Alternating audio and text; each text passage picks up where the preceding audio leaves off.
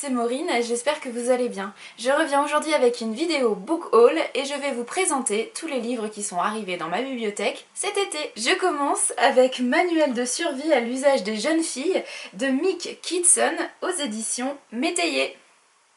J'ai eu envie de lire ce roman parce qu'il s'agit du premier roman d'un auteur écossais qu'on va suivre deux jeunes filles qui tentent de survivre dans la forêt écossaise et donc il va y avoir un aspect nature très présent et donc ça m'intriguait plutôt pas mal. C'est donc un des titres de cette rentrée littéraire.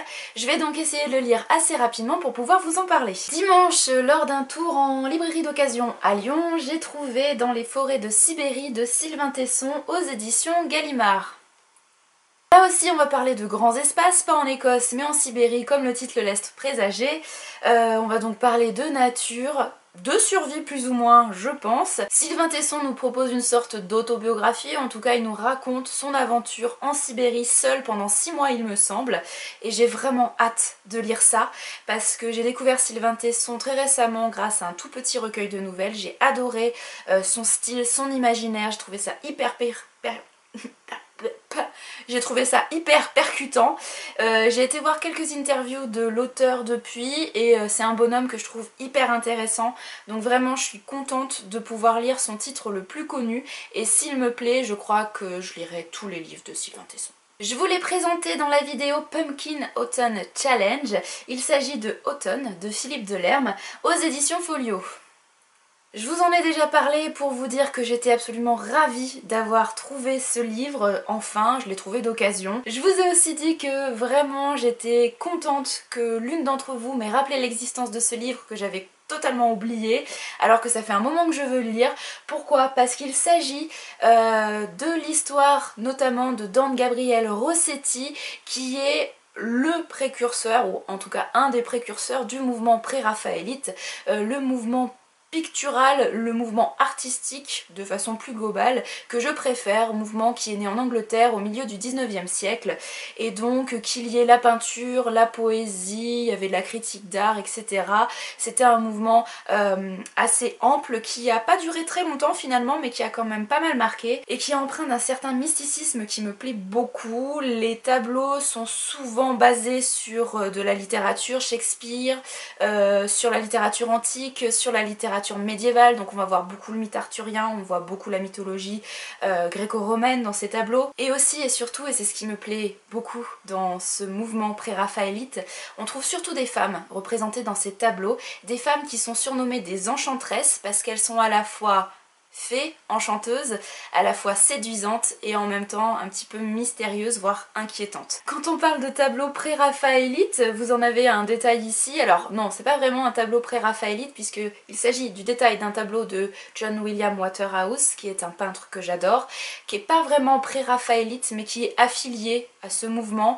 Il a peint plus tard que le mouvement pré-raphaélite, il a peint à la fin du 19e siècle et au tout début du 20e, mais voilà, même s'il n'est pas vraiment pré-raphaélite, je pense que c'est un de mes peintres préférés, j'aime vraiment énormément sa vision des femmes. Et je vous invite à aller voir les tableaux de John William Waterhouse.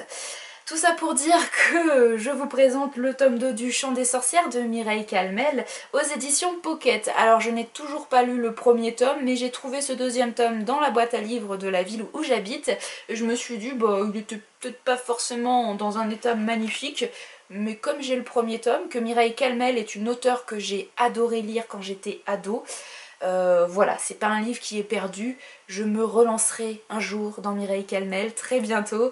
Là aussi c'est quelque chose qui m'avait beaucoup marqué quand j'étais ado, un petit côté féministe dans les personnages, toujours très fort, proposé par Mireille Calmel, avec ce petit côté pas ésotérique, si un petit peu, mais un petit peu mystique aussi, qui me plaisait vraiment beaucoup. Donc Mireille Calmel, il faut que je relise ça maintenant. Alors que je suis adulte, j'espère que je serai pas trop déçue par contre. On continue du côté féministe, mais cette fois beaucoup plus contemporain, avec Une fille facile de Louise O'Neill aux éditions Stéphane Marsan. Alors au début je me suis intéressée, je l'avoue, à ce titre parce qu'il s'agit d'une auteure irlandaise qui est beaucoup appréciée par une booktubeuse irlandaise que je suis un petit peu, qui s'appelle Liane. Je vous mettrai le lien en description de la vidéo. J'aime beaucoup l'écouter parler, j'arrive plus ou moins à comprendre ce qu'elle nous raconte, donc je suis assez contente. Je la trouve toute mignonne, toute douce, j'aime beaucoup ses goûts littéraires et il n'y a pas très longtemps elle nous disait que Louise O'Neill c'était une de ses autrices préférée dans la littérature contemporaine irlandaise. Donc j'ai été curieuse de voir ce que cette autrice avait écrit, et Une fille facile c'est le premier et seul roman qui a été traduit en français pour le moment. Je sais que j'aurais dû lire ce titre en anglais, mais je suis pas sûre d'avoir un assez bon niveau pour pouvoir le lire en anglais. Donc j'ai joué la facilité et je l'ai choisi en français. Il est sorti au mois de mai de cette année, donc c'est tout récent. Là on va clairement parler de culture du viol et de réseaux sociaux également. On va suivre une jeune fille qui a 18 ans qui va à une fête très arrosée a priori, et qui est retrouvée le lendemain matin, je crois, inanimée sur le perron de ses parents. Et en fait vont tourner sur les réseaux sociaux des vidéos, des rumeurs, etc. Et ça va complètement détruire sa vie, on s'en doute. Voilà, donc je pense que c'est un texte qui est assez dur mais qui est très actuel et très important à mon avis. Il me semble que c'est Opaline qui l'a lu il y a quelques temps, en anglais je crois, et qui avait vraiment beaucoup aimé ce titre. Donc voilà, je suis curieuse de le découvrir à mon tour. Et j'espère que ça va me plaire. Il faut vraiment que j'arrive à le lire très vite parce que c'est un titre qui m'intrigue beaucoup. On reste en Irlande avec le deuxième livre que j'ai trouvé dimanche dans une librairie d'occasion à Lyon. Il s'agit de Journal d'une jeune fille irlandaise 1845-1847. C'est de Hélène Elisabeth aux éditions Petra, collection Méandre. Sans surprise, comme le titre l'indique, on va découvrir le journal intime d'une jeune fille, d'une jeune Irlandaise qui a vécu au moment de la grande famine en Irlande. Ça me rappelle vraiment beaucoup le titre jeunesse que j'ai lu il n'y a pas très longtemps et que j'ai adoré. Et qui s'appelait Pendant la famine en Irlande, journal de, je ne sais plus le nom de cette adolescente qu'on suivait également pendant la même période. Alors je sais pas s'il y a eu petite inspiration de la part de l'un ou l'autre, de l'une ou l'autre des autrices, puisque ce sont deux autrices à chaque fois. Pour le titre jeunesse, c'est une autrice anglaise ou irlandaise même, et ici c'est une autrice française. En tout cas je suis curieuse de lire, voilà, pour savoir si vraiment il y a des similitudes entre les deux textes, si celui-là est aussi bon que le titre jeunesse, s'il va un peu plus en profondeur. En tout cas déjà le titre jeunesse m'avait énormément plu et je vous le conseille si jamais vous avez l'occasion de le lire. On termine avec l'Irlande par un recueil de nouvelles qui s'appelle L'Irlande fantastique et c'est présenté par Claude Fierob aux éditions Terre de Brume. En fait ce titre je l'ai déjà lu, je l'avais emprunté à la bibliothèque universitaire où je travaillais à Lyon il y a 3 ans, 4 ans. J'avais beaucoup aimé, donc là j'étais contente de le trouver d'occasion pour pouvoir l'ajouter à ma bibliothèque. Il y a plusieurs nouvelles, des nouvelles fantastiques et surtout des nouvelles d'auteurs assez classiques, d'auteurs irlandais assez classiques. Donc c'est plutôt cool parce qu'on connaît Le Fanu, on connaît Oscar Wilde, on connaît Bram Stoker, mais il y a aussi pas mal d'autres auteurs irlandais classiques qui sont moins connus, moins célèbres, surtout en France. Donc je trouvais ça intéressant de les découvrir à travers des nouvelles. Je continue en littérature de l'imaginaire avec une petite revue qui s'appelle AOC, Aventure onirique et compagnie. Là c'est le numéro 48. Pourquoi j'ai cette petite revue, et pourquoi j'ai ce numéro surtout, c'est parce que il m'a été très adorablement envoyé par l'un d'entre vous, accompagné d'une carte magnifique, hyper bien choisi, donc vraiment encore merci. Pourquoi il a été envoyé par l'un d'entre vous? Parce que cet abonné a écrit une nouvelle qui est dans cette petite revue qu'il faut absolument que je lise rapidement. Donc vraiment merci pour ta confiance, merci de m'avoir envoyé cette petite revue. Je suis très curieuse de découvrir ta nouvelle et encore merci également pour la carte qui est vraiment choisie parfaitement. Merci. Je parlais d'auteurs fantastiques irlandais il y a quelques secondes à peine. Bah voilà, Bram Stoker, et cette fois c'est La Dame au linceul, et c'est aux éditions Babel. Donc Bram Stoker c'est l'auteur de Dracula. De Dracula. Aujourd'hui j'ai vraiment du mal à parler. Dracula, oh, c'est joli aussi, non, l'auteur de Dracula, bien sûr, le célèbre Dracula, le célèbre vampire. Donc oui, Bram Stoker était irlandais. Il a écrit beaucoup d'autres romans, nouvelles, courtes histoires, notamment cette Dame au linceul. Je suis assez curieuse de découvrir un autre texte de cet auteur, puisque comme beaucoup, je n'ai lu que le Dracula. Un texte que vous pouvez totalement lire si vous participez au Pumpkin Autumn Challenge, ça rentre parfaitement dans les thématiques fantastiques, notamment vampiriques ou fantômes.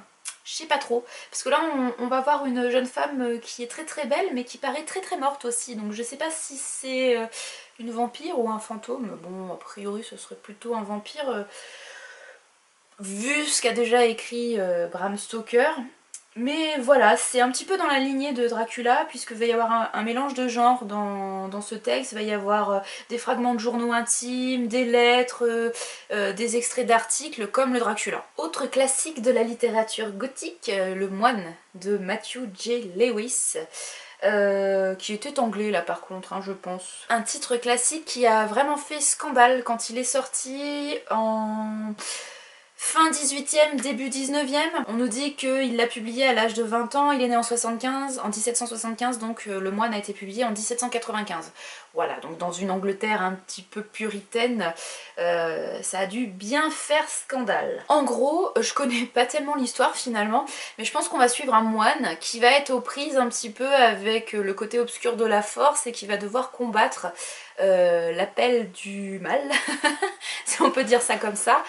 Voilà, donc avec des passages plutôt mythiques et une adaptation française avec Vincent Cassel, je crois, hein, si je dis pas de conneries, que j'ai jamais vue, mais je pense que ça doit valoir le coup d'œil. On continue avec de la littérature imaginaire, avec un tome des Annales du Disque-Monde de Terry Pratchett. Ce tome s'appelle Le Régiment Monstrueux.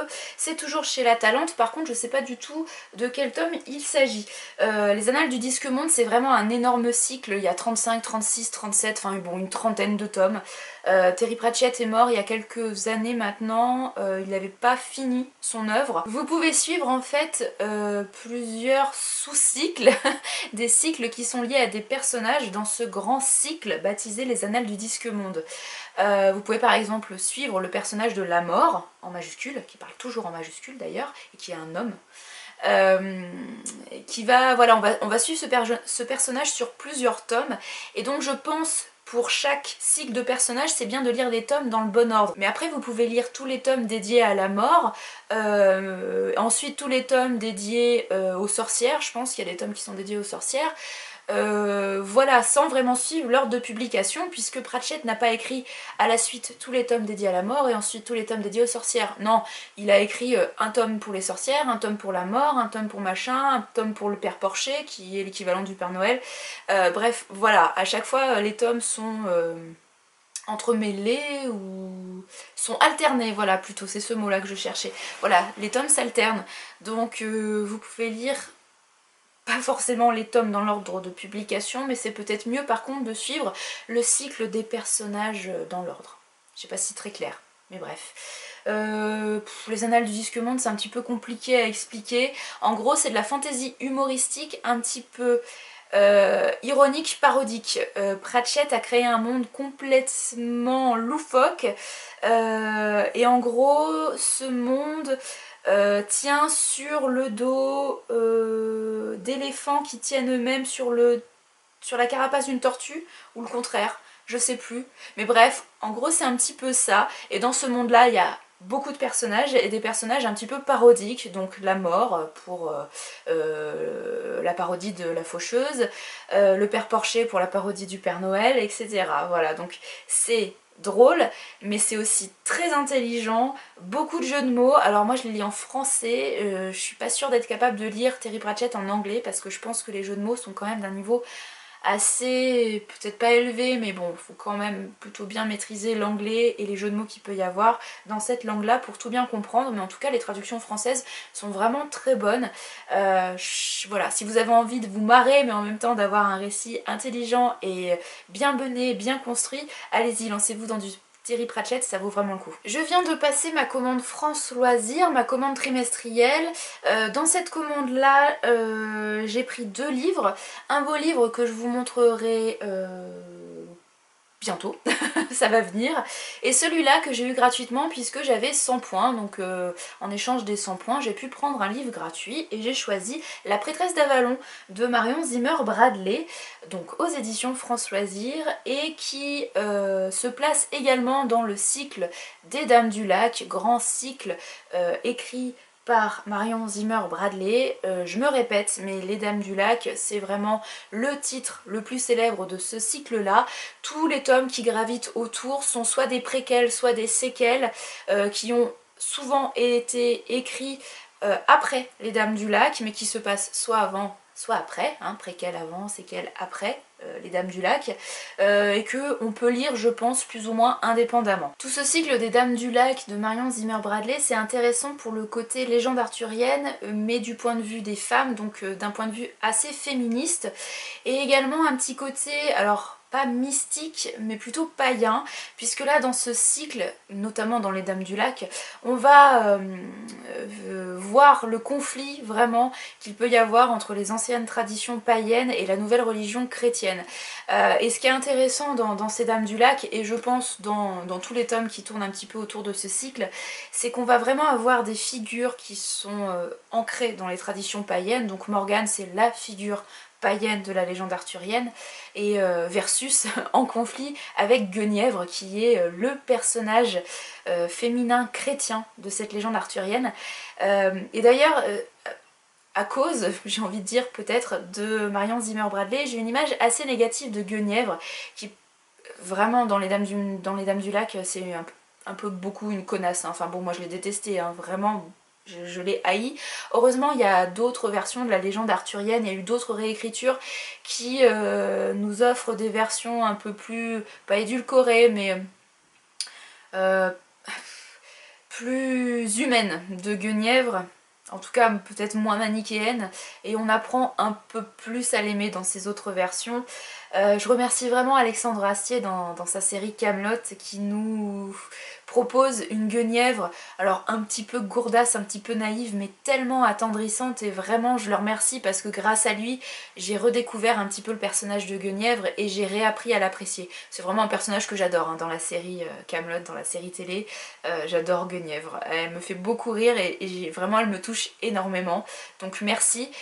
Ça fait un petit peu l'équilibre avec la Guenièvre des Dames du Lac de Marion Zimmer Bradley. Je continue en littérature de l'imaginaire avec les tomes 2 et 3 des Éveilleurs de Pauline Alphen aux éditions Hachette. Le tome 2 s'appelle Ailleurs et le tome 3 s'appelle L'Alliance. Je suis super contente parce que j'ai réussi à trouver ces 2 tomes d'occasion en très très bon état. Et je les ai achetés parce que j'ai lu le premier tome il n'y a pas très longtemps. Vous l'avez certainement vu passer dans mon dernier update lecture si vous avez vu la vidéo qui correspondait, ou vous avez vu l'article sur le blog si vous suivez les chroniques sur le blog. J'ai vraiment beaucoup aimé ce premier tome qui est plutôt rangé en jeunesse, mais que j'ai trouvé assez intelligent, avec des personnages très attachants, très bien croqués, avec des belles personnalités, beaucoup de relief, et un univers qui ne demande qu'à s'étoffer encore plus. Enfin, on sentait dans le premier tome que Pauline Alphen avait vraiment fait un travail assez intéressant sur son univers, entre la fantasy et la SF, avec un petit côté écologie que j'ai beaucoup aimé. Donc j'étais très curieuse de découvrir ce qui peut se passer par la suite dans cet univers et comment les personnages vont évoluer. Voilà, donc j'espère pouvoir lire le tome 2 et 3 assez rapidement. Il y a un tome 4 qui est sorti, par contre je suis assez déçue parce que j'ai appris que le tome 4 n'est pas le dernier. Moi j'étais persuadée que le tome 4 c'était le dernier de la série, que la série était terminée, et en fait apparemment non. Donc ça m'inquiète un peu parce que le tome 4 est quand même sorti en 2013 ou 2014, 2013 je pense même. Donc ça commence à faire un petit moment, et je commence à me dire que ça se trouve on n'aura jamais la fin. Et ça me fait un peu peur parce que ça m'embête d'avancer dans une série, de m'attacher au personnage, de vraiment beaucoup apprécier une série. Si j'ai jamais la fin, ça va être assez terrible quand même. Autre série fantasy jeunesse que je suis contente d'ajouter à ma bibliothèque, il s'agit du Peuple des Minuscules, le premier tome, le deuxième. Donc le premier s'appelle Le Peuple des Minuscules, hein. Il donne son nom à la série, et le deuxième s'appelle Célandine, c'est de Steve Hogarth et c'est aux éditions Albin Michel, collection Wiz.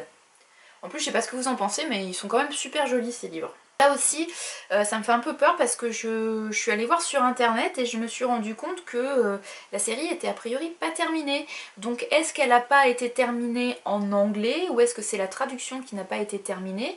Mais je pense que c'est une trilogie au moins. Et on n'a que 2 tomes en France, donc ça m'embête. Voilà, j'espère que je vais pas me lancer dans une série qui va beaucoup me plaire si c'est pour jamais avoir la fin. C'est de la fantaisie un petit peu féerique, je crois le comprendre. En tout cas, on va suivre un peuple minuscule qui vit en parallèle de notre monde à nous, de notre monde des humains, plutôt dans la forêt. Voilà, donc moi ça me fait penser un petit peu à ce petit peuple, à la féerie, et je pense pas trop me tromper en disant ça, mais j'en suis pas non plus persuadée. Ça me fait aussi beaucoup penser à Fédélins, la saga de Nadia Coste, chez Grund édition. Une série vraiment que je ne peux que recommander, c'est hyper bien écrit, c'est très poétique, beaucoup de douceur. J'espère que je vais retrouver un petit peu ce côté très poétique dans cette série-là. Mais que ça va pas non plus être complètement la même chose, hein, que ce soit un petit peu original quand même. On continue en féerie, mais cette fois on passe du côté des graphiques avec l'Éphéméride, le grand légendaire des saisons, cette fois le printemps. C'est le deuxième livre de ma commande France Loisirs, enfin le deuxième, le vrai livre que j'ai acheté pour ma commande trimestrielle chez France Loisirs. C'est toujours de Pierre Dubois et René Haussmann. En fait je l'ai commandé par l'intermédiaire de France Loisirs, mais c'est aux éditions Webec. J'ai déjà le premier tome entre guillemets de ce grand légendaire des saisons, premier volume qui rassemblait l'automne et l'hiver. Voilà, je suis ravie d'avoir le printemps dans ma bibliothèque et la prochaine fois j'achèterai l'été qui a été publié, qui est sorti. Donc là à chaque fois, voilà, c'est un éphéméride, comme un éphéméride. À chaque fois on revient sur les mois de l'année, on redécouvre la faune et la flore de ces mois en particulier, les légendes, le folklore qui peut être lié à ces mois, les petites histoires, etc., les coutumes, croyances, dictons, voilà. Et tout ça magnifiquement illustré, je trouve ça hyper joli, ça donne envie d'aller piocher là-dedans. Et en fait cette année j'ai vraiment envie de lire chaque mois ce qui est dédié au mois en cours. Je termine cette vidéo par des graphiques, des albums pour la jeunesse. Il y en a quelques-uns, certains que j'aime vraiment énormément. À commencer par Un petit chaperon rouge de Marjolaine Leray aux éditions Encore une fois, je crois. Je connaissais pas cette maison d'édition, mais voilà, c'est les éditions Encore une fois a priori. C'est une réécriture humoristique du Petit Chaperon Rouge. J'aime sa simplicité. Ça marche super bien. Il y a un renversement des rôles entre le Petit Chaperon Rouge et le Grand Méchant Loup. Ça marche hyper bien avec les enfants. Là ils mettent dès 4 ans. Effectivement on l'a lu cette année à des maternelles, des petites aux grandes sections. Et ça fait beaucoup rire, ça marche vraiment bien et ça fait rire aussi les adultes. Vraiment je ne peux que vous le conseiller, je crois que c'est une des meilleures réécritures de contes que j'ai pu lire, ou en tout cas du Petit Chaperon Rouge, c'est une des meilleures réécritures du Petit Chaperon Rouge que j'ai pu lire. Hyper drôle, ça fonctionne super bien. Court, simple, efficace. Autre petit album que j'aime beaucoup, qui est beaucoup plus classique dans le dessin, c'est L'écureuil et la lune de Sébastien Meschenmoser chez Mine Édition. C'est hyper poétique, c'est assez classique dans le dessin, ouais, mais j'aime vraiment beaucoup. Voilà, je vous montre un petit peu et on va suivre un écureuil qui se réveille avec la lune sur la branche et il va essayer de se débarrasser de cette lune, il n'arrive pas à s'en débarrasser et on va croiser beaucoup d'autres personnages de la forêt qui vont essayer de l'aider. Voilà, c'est très très poétique, j'aime vraiment beaucoup le dessin, les couleurs, c'est doux, c'est... Voilà, alors ça reste assez classique dans le dessin. C'est pas du tout contemporain, hein. C'est très différent du Petit Chaperon Rouge. Ça n'a rien à voir, mais j'adore les deux. Encore une illustration vraiment très différentes mais que j'aime aussi beaucoup. Enfin c'est surtout le texte là que j'apprécie plus que l'illustration finalement. C'est En forêt de Maria Deck chez Marcel et Joachim. Et en gros là on va suivre un enfant qui entre dans une forêt et on nous dit entre dans la forêt, tu vas être surpris. Voilà, et on découvre un petit peu la faune, la flore, la forêt, l'écologie, l'écosystème. Je trouve ça assez intéressant, assez important comme thématique. Enfin, j'aime beaucoup généralement les albums qui ont une thématique très écologie, nature, etc. Pour les enfants, je trouve que c'est important et généralement le message est plutôt beau, c'est plutôt intelligent, c'est plutôt bien fait. Voilà. Je continue avec un labyrinthe dans mon ventre de Mélusine Thierry aux éditions Hongfei.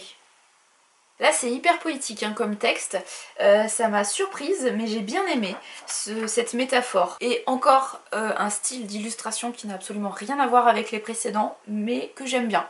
Ça me rappelle beaucoup les céramiques grecques. Voilà les styles peinture rouge, peinture noire, enfin bon ça me rappelle mes cours d'archéologie et d'histoire de l'art antique. Ça me plaît beaucoup, voilà, ça me fait penser à la mythologie antique et je pense que le titre est voulu, hein, labyrinthe, voilà. Je vous lis juste les 2 ou 3 premières pages pour que vous vous rendiez compte de quoi ça parle et le côté un petit peu métaphore poétique du texte. Dans mon ventre il y a un labyrinthe, dans ce labyrinthe les paysages se succèdent, dans ces paysages mes sentiments voyagent. Dans mon ventre s'élève un fort intérieur, dans ce fort intérieur fourmillent des tas de questions. Dans ces tas de questions, il m'arrive de tomber sous le poids des interrogations. Dans mon ventre repose un lac, dans ce lac dort un dragon, dans ce dragon, mes colères grondent. Je vous lis pas la suite et fin, hein, je vous laisse le découvrir si ça vous intéresse, mais voilà, j'aime beaucoup la thématique, la poésie, puis ce dessin, bref, ça me plaît. Dernier album qui me plaît beaucoup, Cet élan est à moi, de Oliver Jeffers aux éditions Kaléidoscope. C'est l'école des loisirs, Kaléidoscope. C'est plus humoristique et en même temps c'est très émouvant. En fait c'est un petit garçon qui croit avoir un élan pour ami et il croit que cet élan lui appartient, que c'est un objet en sa possession. Il l'a baptisé... Comment il l'a baptisé? Marcel. Voilà, le petit garçon s'appelle Wilfred et il a baptisé son élan Marcel. Voilà, donc il se promène avec lui, ils font beaucoup de choses ensemble, etc. Jusqu'au moment où il va perdre son élan. Et ça va être un petit peu la catastrophe. Et je ne vous en dis pas plus. C'est humoristique et en même temps j'aime bien le message qu'il y a derrière. C'est peut-être l'illustration que j'aime le moins dans tous les albums que je vous ai montrés. Et en même temps, j'aime bien les couleurs, je trouve ça assez mignon. Assez drôle, bref, ça me plaît quand même. Voilà, je dis pas que j'afficherai les dessins chez moi, mais pour un album pour les enfants, ça marche bien, et encore une fois, c'est cohérent avec le texte. C'était encore une fois un assez gros book haul, je crois que j'arriverai jamais à me calmer sur les acquisitions. Alors il y a beaucoup de cadeaux là-dedans, beaucoup de trouvailles en boîte à livres, beaucoup d'achats d'occasion, il y a très peu d'achats neufs. Voilà, j'aime beaucoup faire les librairies d'occasion, j'aime beaucoup gratter même sur internet, donc on va dire que niveau financier je m'en sors toujours très bien. Je me ruine pas en bouquin parce que c'est toujours du recyclage, de la récupération. Je sais pas si les prochains mois seront plus raisonnables en termes d'acquisition, je vous en ai pas encore parlé, mais là dans quelques semaines se déroulera le festival des Aventuriales à Médétrol pour la 4e année je crois maintenant. Donc c'est à côté de Rion, à une dizaine de minutes en voiture de Clermont-Ferrand. C'est un petit festival qui commence à devenir assez important de littérature, de l'imaginaire, mais pas que de la littérature, hein. Il y a aussi du cinéma, il y a des artistes, il y a des cosplays, il y a des concerts, il y a des conférences, il y a un petit peu de tout. Et il y a quand même quelques auteurs assez conséquents qui vont être là cette année. Je pense que la tête d'affiche c'est Christopher Priest, donc c'est pas mal quand même. Mais il y a aussi Estelle Faye, Nadia Coste, qui est-ce que j'ai vu d'autre qui sera là cette année, Nathalie Do, Jean-Luc Marcastel, Agnès Marot je crois, si je dis pas de bêtises. Bref, là aussi je vous mettrai le lien en description de la vidéo, le lien du site des Aventuriales, vous pourrez aller voir. Si vous êtes dans la région, bah allez-y, passez, c'est gratuit, c'est un petit salon assez chaleureux. C'est un petit peu la même ambiance que les Imaginales, en plus petit bien sûr, mais parce que c'est un salon qui a que 4 ans, donc qui débute, mais qui propose quand même déjà des trucs vachement sympas et des auteurs hyper intéressants. Pas mal de maisons d'édition qui seront là également, je pense notamment aux éditions du Chat Noir. Voilà, donc venez, ça vaut le coup. J'espère que je pourrai y être le samedi et le dimanche cette année. Je sais pas trop, je me suis encore pas du tout organisée pour ça. Je travaille le samedi normalement, mais je vais essayer de poser un jour de congé. Voilà, donc je vais essayer d'être là le samedi, ou au moins le dimanche. Je sais pas du tout avec qui je vais covoiturer pour y aller, mais je vais essayer d'y aller. Bref, j'espère que vous aurez envie d'y aller, j'espère vous y voir. Dans tous les cas, je vous souhaite de très belles lectures, et je vous dis à très bientôt. Salut et merci!